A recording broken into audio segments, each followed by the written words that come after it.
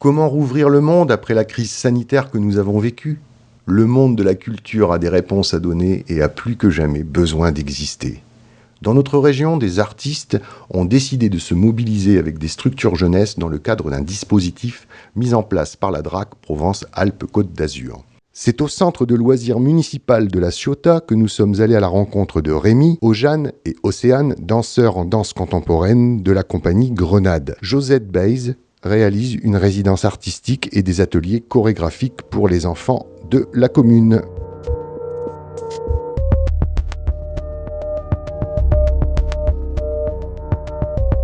Je m'appelle Rémi Rodriguez, je suis danseur de la compagnie Josette Baise. Bonjour, moi c'est Océane, on est dans la même compagnie. Bonjour, je m'appelle Ojane, je suis également danseur dans la compagnie Grenade de Josette Baise.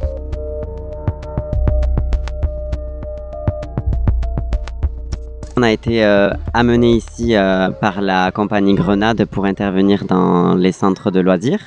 On avait chacun un projet. Nous, c'est plutôt l'univers de la danse contemporaine. On vient de deux univers quand même différents. Moi, j'ai travaillé plutôt le hip-hop et j'ai été amenée à travailler sur le contemporain plus tard.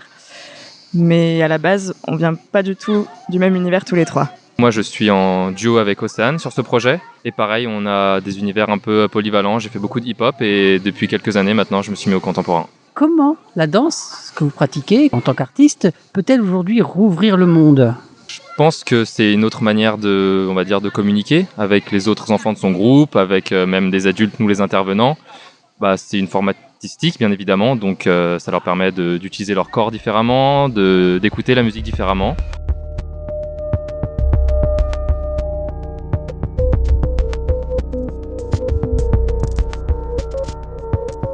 C'est important de les sensibiliser à cet art. C'est vrai qu'on leur apprend beaucoup à dessiner, à peindre, à utiliser tout ça, mais la danse, ça passe toujours un peu à la trappe.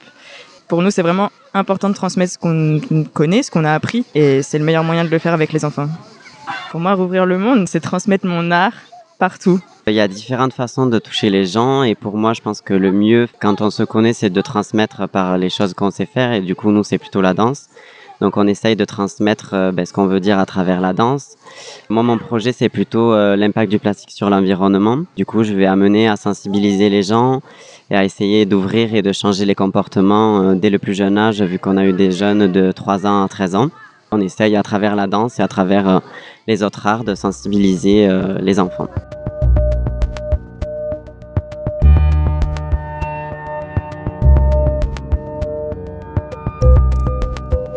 Comment ressentez-vous la période actuelle ? Pour nous, c'est assez stressant, mais c'est vrai que la danse, ça nous permet justement de nous libérer. Et du coup, c'est bien de travailler et de transmettre à des gens qui ont été confinés, de leur permettre justement de bouger, de libérer leur corps, leurs émotions. Et comme c'est aussi des choses qu'ils font pas tous les jours, ça leur permet de découvrir justement des nouvelles choses et du coup de se sentir moins confiné, moins stressé.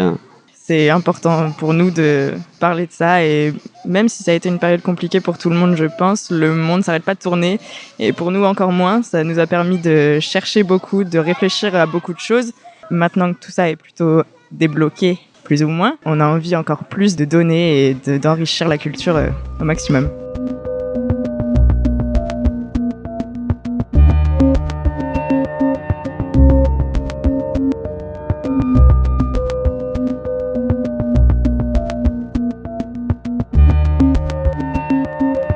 Comme mes deux camarades, période d'incertitude pour la suite, pour le présent, tout se fait un peu au jour le jour, par les représentations principalement.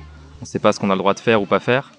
Donc là, pour l'instant, on a encore le droit à la pédagogie, donc on en profite.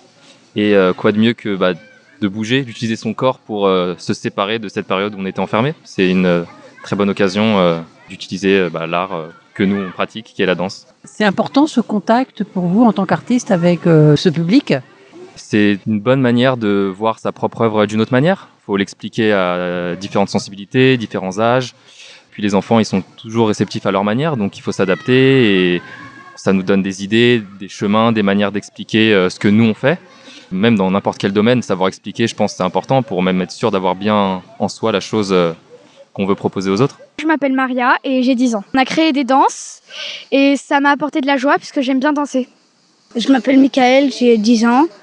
Moi j'ai dansé, j'ai appris plein de choses avec Rémi. Je me suis beaucoup amusée, c'était cool. Moi, je m'appelle Mandy, j'ai 9 ans. Avec les danses de Rémi, on fait avec des plastiques, on crée des histoires et c'est ça qui est bien. Merci, et c'était bien, j'adore. Merci, moi aussi, c'était trop bien, on a appris plein de choses et... En effet, j'ai aussi appris plein de choses, donc merci Rémi. Oui, en effet, on compte vous la montrer. Oui, et j'en suis bien pressée. Ouais, ça nous enrichit beaucoup et d'apprendre aussi par les enfants. Eux-mêmes nous transmettent beaucoup en fait, beaucoup d'émotions et par leur timidité, leur insolence, parfois c'est vraiment touchant à voir. Les enfants, c'est aussi des personnes imprévisibles. Du coup, c'est vrai que des fois, on leur propose des choses et ils réagissent d'une manière qu'on s'y attendait pas. Du coup, ça nous ouvre des portes aussi à nous de repenser un exercice différemment ou même notre façon de penser, notre façon de vivre. Enfin, du coup, c'est vraiment intéressant de travailler avec des enfants on ne sait pas comment ils vont réagir. Du coup, c'est très agréable d'avoir des réactions auxquelles on s'y attend pas.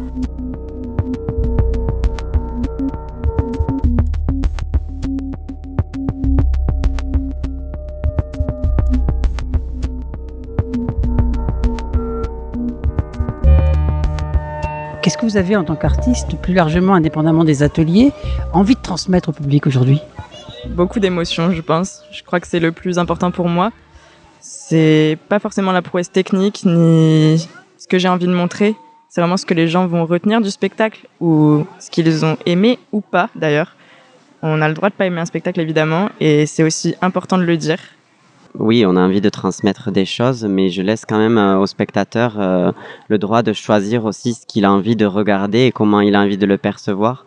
Je danse pas pour dire bon là je veux qu'il ressente la peur, la colère ou la tristesse. À ce moment, selon son cadre de vie et ses émotions, c'est à lui de choisir aussi qu'est-ce qu'il a envie de voir, qu'est-ce qu'il a envie de retenir. Nous avec Osan, notre duo, on est parti sur le concept du rhizome. C'est un thème qui peut être un peu technique, un petit peu peut-être abstrait pour le public, mais justement c'est bien, on va essayer de mélanger avec des textes. Pas forcément que les gens comprennent, mais ça les met dans certains univers. Et donc au-delà du divertissement, si ça peut amener une certaine réflexion ou peut-être ouvrir une piste de pensée, c'est toujours bien. Et puis nous, ça nous inspire parce que c'est très très vaste comme sujet. Si le public peut ressentir cette étendue réflexive, ça peut être bien. On espère qu'on aura l'occasion de rencontrer nos auditeurs et qu'on aura l'occasion du coup de montrer notre art. Et comme ça, on fera pas que se faire écouter, mais aussi on se fera voir.